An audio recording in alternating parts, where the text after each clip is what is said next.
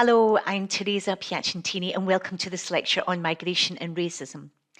So just to give a little bit of context and background, the study of race and ethnicity in Europe has historically been concerned with imperial pasts, post-colonial presence and the constructions of race. Migration studies, on the other hand, has aimed to answer questions about why people move, where they move, how they migrate, public attitudes towards migration, how nation states may manage migration and control their borders.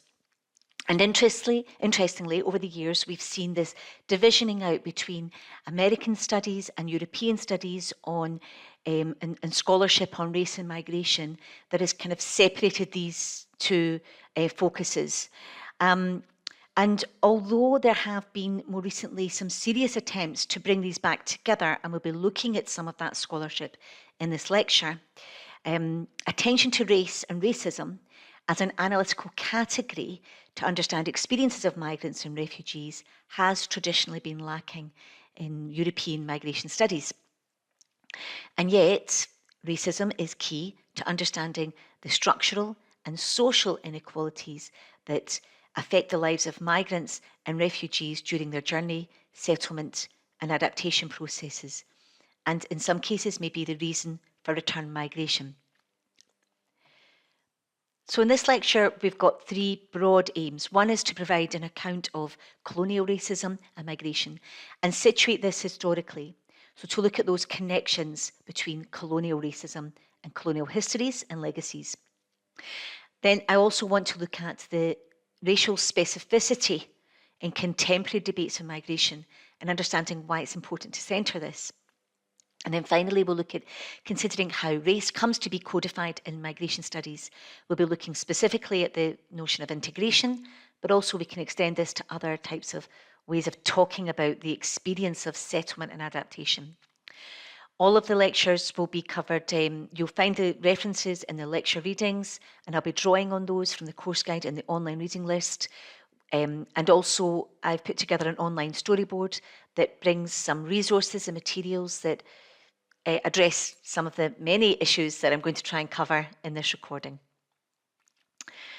So first of all, let's look at how we might define racism or conceptualizations of racism. And I've got two conceptualizations of racism here. One from the work of Ramon Gros-Vogüel and colleagues that draws on the work of Frantz Fanon, and then one from Lucy Mablin and Joe Turner.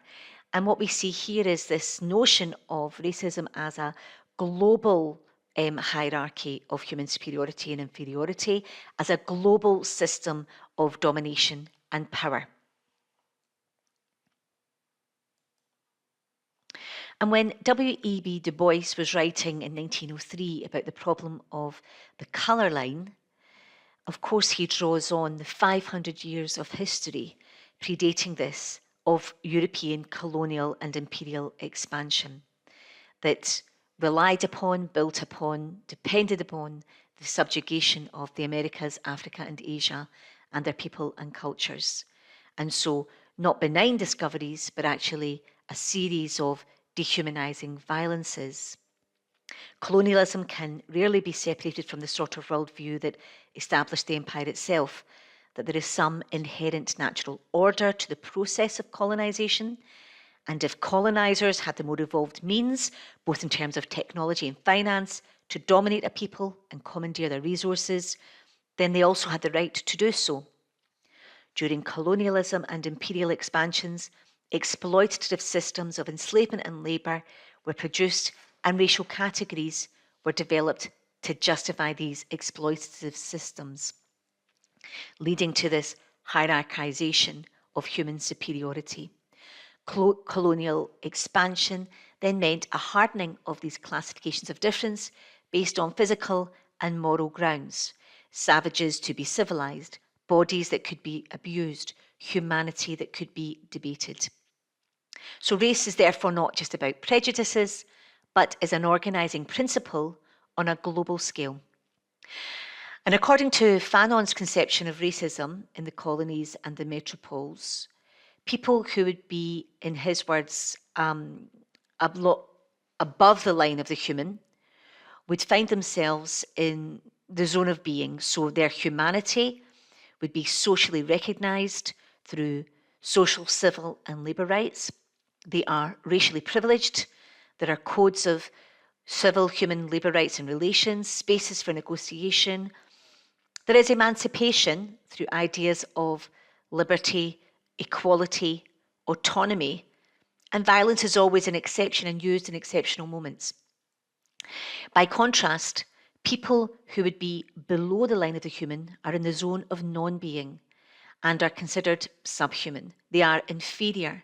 They live in racial oppression. Conflicts, Fanon argues, are managed through perpetual violence. And rarely do we see methods of emancipation, but rather we see an attack on the standards of rights and civility and where violent acts are permitted. Now, these racialized hierarchizations and their effects are not just in the colonies, but in the European metropoles as well, which translates into social relations, systems of labour, and continued exploitation. And we'll look at some examples of those in the course of this recording. But what continues to map people onto racial categories is their relationship to colonial knowledge, systems, and progress that deem certain populations as more or less modern, or more or less superior, inferior, more or less civilized, or savage. And ideas about racial inferiority are facilitated, they facilitated the uprooting of Indigenous people and justified destitution and violence. And Achille Mbembe develops this concept of necropolitics, and we'll be looking at this further in week 9. And it's the use of social and political power to dictate how some people may live and how some must die. Mbembe was clear that necropolitics is more than a right to kill, but also the right to expose other people, including a country's own citizens, to social or civil death. It's a theory of, as he describes it, the walking dead. He uses the example of slavery, apartheid and plantation systems to show how different forms of necropower over the body reduce people to precarious conditions of life with no accountability or grievability for the deaths that result. And the mass dying, for example, in the Mediterranean, in unburied and unmarked graves, is an example of this, which has its own historical precedent in the Middle Passage. The racism that emerged from the history of colonialism did not disappear with the end of colonialism, and colonial racism continues to produce, it is argued, zones of being and non-being on a world scale. Indeed, the question is rather the relevance of coloniality, that is how Britain and other colonising powers, their unacknowledged and unredressed colonial past haunts the present. The question then is the relevance of this for understanding the migration experience today. But Grosfoguel and colleagues and others argue that contemporary borders differentiate people on the basis of prior racialization, and rules around citizenship and immigration law work to produce new racial formations and new senses and zones of non-being. So if we look at these 3 examples, firstly, we could look at the humanitarian crisis of refugee movement since 2015. And what this does is it highlights the really complex ways in which questions about race, racialization and migration have become entangled. The neoliberal migration policies that segregate migrants by wealth and commodify citizenship. There is increased racism against migrants and refugees, increased criminalization, exclusion from labour market, from healthcare, exploitation of undocumented workers, all phenomena that are very much related to race rather than culture, say. DeGenova argues that anyone concerned with questions of race and racism today must readily recognise that they present themselves in a particularly acute way in the European migration context, as evidenced in the terrible proliferation of almost exclusively non-European, non-white migrant and refugee deaths and other forms of structural violence and generalised suffering. So it's really important that we do this critical work of connecting race and racism to migration to reconfirm this very precise racial specificity of what is commonly and casually euphemised as migrant or of migrant background. Paul Gilroy, Parmar also remind us that racism of Europeans' colonial and imperial phase preceded the appearance of migrants inside Europe, and it was racism, not cultural diversity, that transformed their arrival into a problem.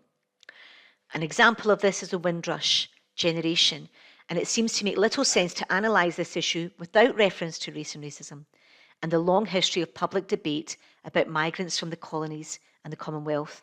The situation that came to be known as the Windrush scandal had been continuing for years in the UK, but was brought to light in 2017. During the 60s, the British government encouraged post-World War II migration from its former colonies to rebuild its labour force, part of the post-war reconstruction. Many children arrived with their parents from the Caribbean in the 1960s on their parents' passports. And although the Windrush generation grew up in Britain, many were not formally naturalised and so lacked citizenship documents, despite having lived and worked in Britain for the last 50 years or more. Stories published in The Guardian documented numerous cases of Black, British, Caribbean people who had been sent to immigration detention centres, deported to Jamaica, issued with legal threats, asked to prove their status as part of the hostile environment, and routine checks introduced through the Immigration Act 2016, lost their jobs, lost their livelihoods, lost their homes. But it's also important to note that the construction of this specific situation of Windrush can be traced to the efforts of New Labour and Conservative-led governments to create this hostile environment for migrants and refugees.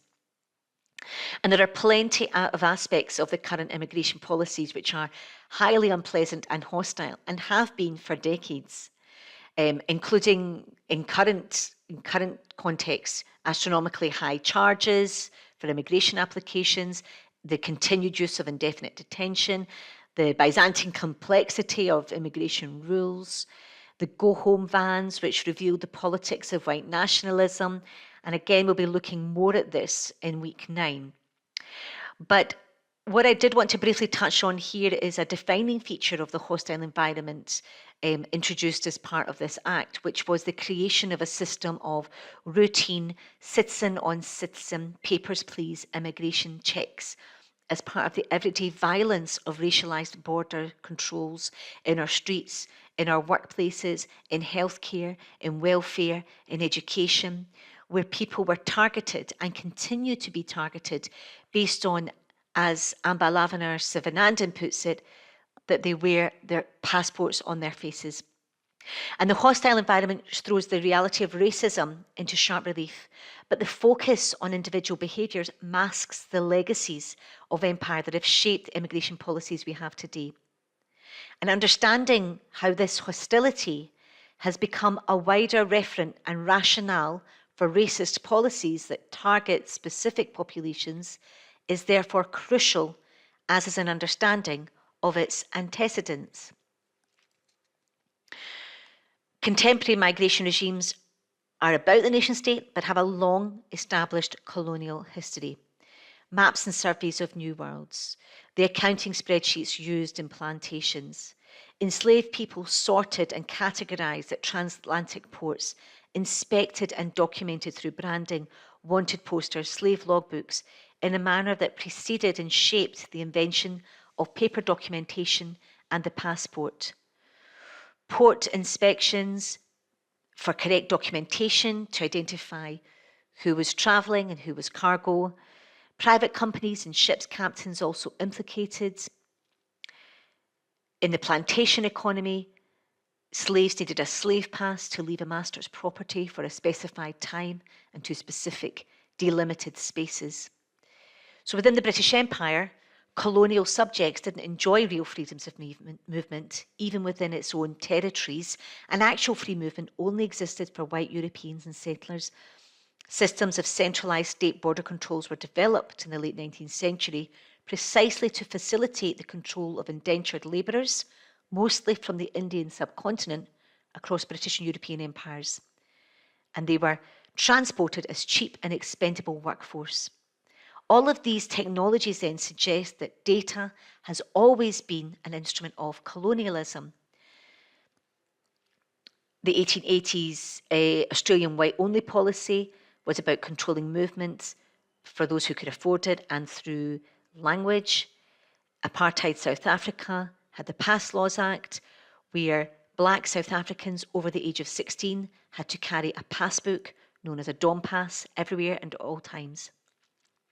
And as movements for decolonisation were successful in many territories across the empire and in the post-war period, successive government legislation created a British immigration regime for the metropole which aimed to strictly curtail the movement of people who had previously been citizens of the British Empire. A special effort was made to ensure that white arrivals were not curtailed, and a series of Commonwealth Immigration Acts 62, 68 and 71 removed de facto citizenship from all Commonwealth citizens unless their parents or grandparents had been born or naturalised in the UK. Now, this move meant that while many white Americans and Australians would be able to move easily to Britain, people from, say, India, Jamaica, or Pakistan would be kept offshore. And there have been rafts of legislation since that have sought to curtail the rights of people seeking asylum since the 90s, and the most recent revives the colonial fantasy of the offshore as a space where the racialised unwanted can be placed out of sight. Today, increased biometrics, the use of data, passport photos, even vaccination cards may be used to control the movement of impure bodies. And race is not only invented then as an organising principle, but structured the very architecture of mobility, immigration law and citizenship. The very tools used to police mobility are arranged to control racialised mobility, activated historically to control particular colonised populations. Borders reproduce hierarchies of race by distinguishing who can and who cannot move. And the political processes that make someone a migrant are, it is argued by many, including Ellen Annie, Mabel and Turner, fundamentally colonial. And Nadine El-Anani's work is really very insightful here on how immigration policy not only borders, but racially and colonially orders British society. She looks at aspects of immigration legislation from the 1905 Aliens Act onwards, and is able to trace that this is not just about excluding Jewish people fleeing persecution in Central Europe, but the origins can be traced to efforts of colonial governments in late 19th century Canada, Australia and South Africa to control the movement of non-whites. And this was the beginning of the emergence of an official national identity in the colonies and in Britain, which is white European, even though not explicitly expressed as such. And when she looks at the period from 1948 to 81 in the British Nationality Acts, she is able to map out racialised immigration policy as evolving as colonised people become no longer subjects of the empire and found access to British citizenship increasingly denied to them. So she shows us how British immigration and nationality law is an extension of British colonialism, and that Britain's borders are articulated and policed via immigration laws that maintain a global racial order.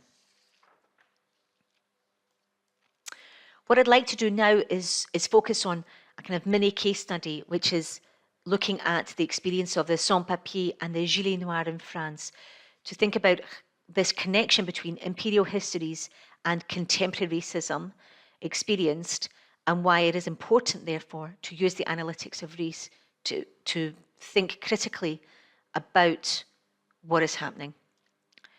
So following on from the success of the Gilets jaunes movement in France, in late 2018, a new social movement emerged looking for justice for undocumented migrants. The Gilets Noirs claim to be the largest collective of undocumented migrants in France, with a membership of around 1,500. And although open to all, they mainly come from France's former African colonies. Many have been working in France in precarious and exploitative conditions for years. Most live in migrant foyers or hostels, but many will be homeless or live in makeshift camps that face increasing police clearances, which are increasingly violent police clearances. The imperial connection between France and the Gilets Noirs is one of the things that makes their movement so powerful. The usual tropes and arguments that significantly other migrants, so go back home, where are you from, are complicated by this imperial connection. And although there is a common issue for colonial and former colonial migrants throughout Europe, this is more complex in France, as France refuses to see race at a legislative level and places a premium on its notion of a colourblind citizenship. So the Gilets Noirs emerged from a solidarity group active in Paris that includes campaigners with roots in the 1990s sans-papier movements, and their shared emphasis on systemic issues of capitalism, racism, and colonisation. And on the storyboard, there's a couple of links to work written by Madjiguène Cissé, who was one of the leading voices in the sans-papier movement in the 1990s. So the Gilets Noirs organised meetings in the hundreds of migrant foyers around Paris, frustrated by the kind of case-by-case approach to resolving immigration issues, and then decided to start occupations of buildings that represent symbolic power. So early targets were the National Museum of the History of Immigration and the Comédie Française. They have since occupied Charles de Gaulle Airport, where many migrants work and from where some are deported, and La Défense, the largest business district in Europe. They say that the economy of France and Europe as a whole has been historically dependent on cheap resources and labour from former colonies. And this continues, listing a number of companies such as Total and Suez, who they claim are stealing Africa's resources. The French narrative has constructed this kind of colourblind nation. And this is particularly salient in the context of the Gilets Noirs because of these historical legacies. Another significance of the Charles de Gaulle action is that they're calling for solidarity of everyone, for everyone, to oppose deportations and demand that the state stop prosecuting the sans-papiers. And in fact, this was the moment where they could no longer be dismissed as a single issue movement. So although a key component of their fight is a residence amnesty that would allow all undocumented people to access healthcare and job security, their fight is much broader. They're fighting against homelessness generally, the lack of work and economic security more broadly in France, police brutality and repression, deportations, and the detention system. And you can find out more about the Gilets Noirs if you look at the work of Luc Butterley, but also see the online storyboard for a short film on their actions. So I'd like to just begin tying this up with a final discussion on how race comes to be codified in migration studies. And I think this is very important. So to date, the most important, most prominent idea in policy and scholarly discussions is around migrants, adjustment and settlement. And the concept of integration is central here. And it focuses on the participation of immigrants in the life of a so-called receiving society. This tends to imply assimilation and a focus on practical outcomes, so housing, jobs, education, language, which we can see has direct parallels with the kind of resistance and activism of the Gilets Noirs. It also has quite narrow determinants, and moreover, there isn't much of a scholarly, agreed scholarly definition of integration itself. But integration is problematic. It presumes a fixed society based on a series of structural and functional assumptions that immigrants are an alien element needing adjustment and connection to a society that is characterized by its well-defined boundaries, that is integrated and coherent. But these so-called receiving or host societies are themselves increasingly fluid and diverse, with changing composition accompanied by globalization, interconnectedness, and transnationalism.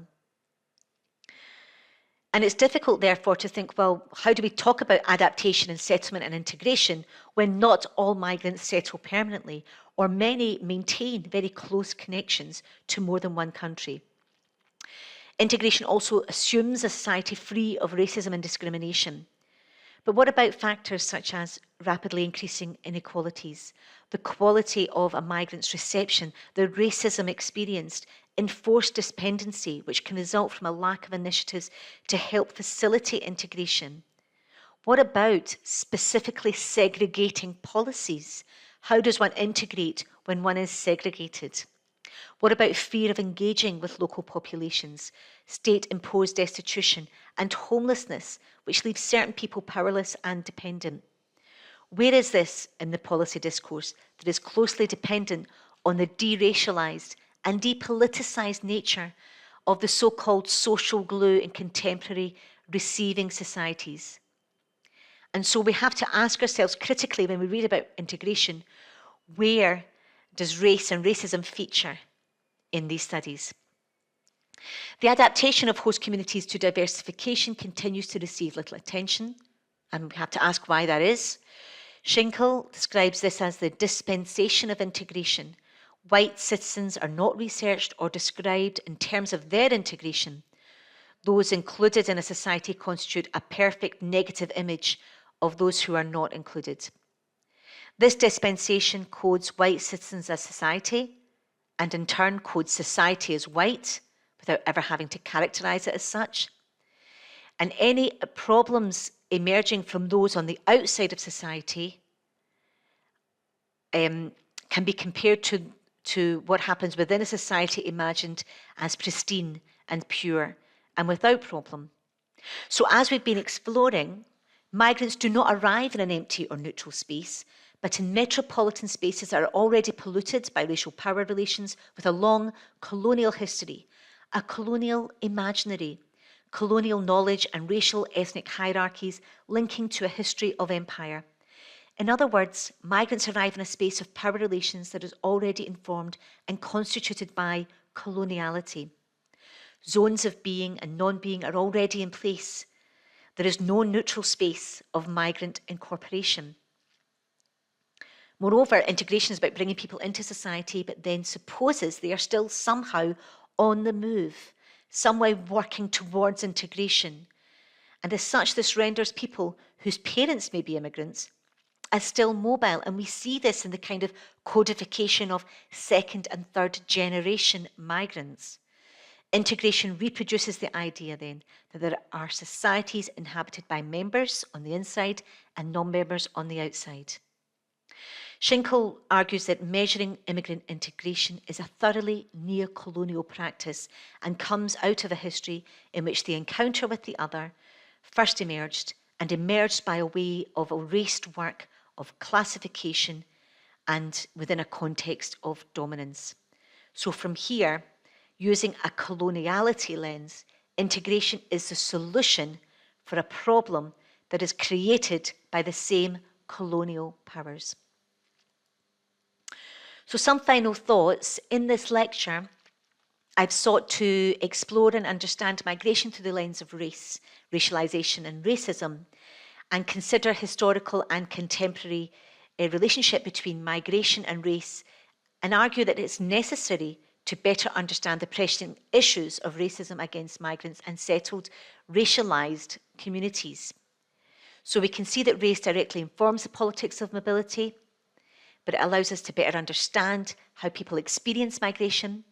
Thinking with race sheds light on dimensions of migration that may otherwise have gone unnoticed if we think about how race is codified in migration studies language, which policy discourses draw heavily upon.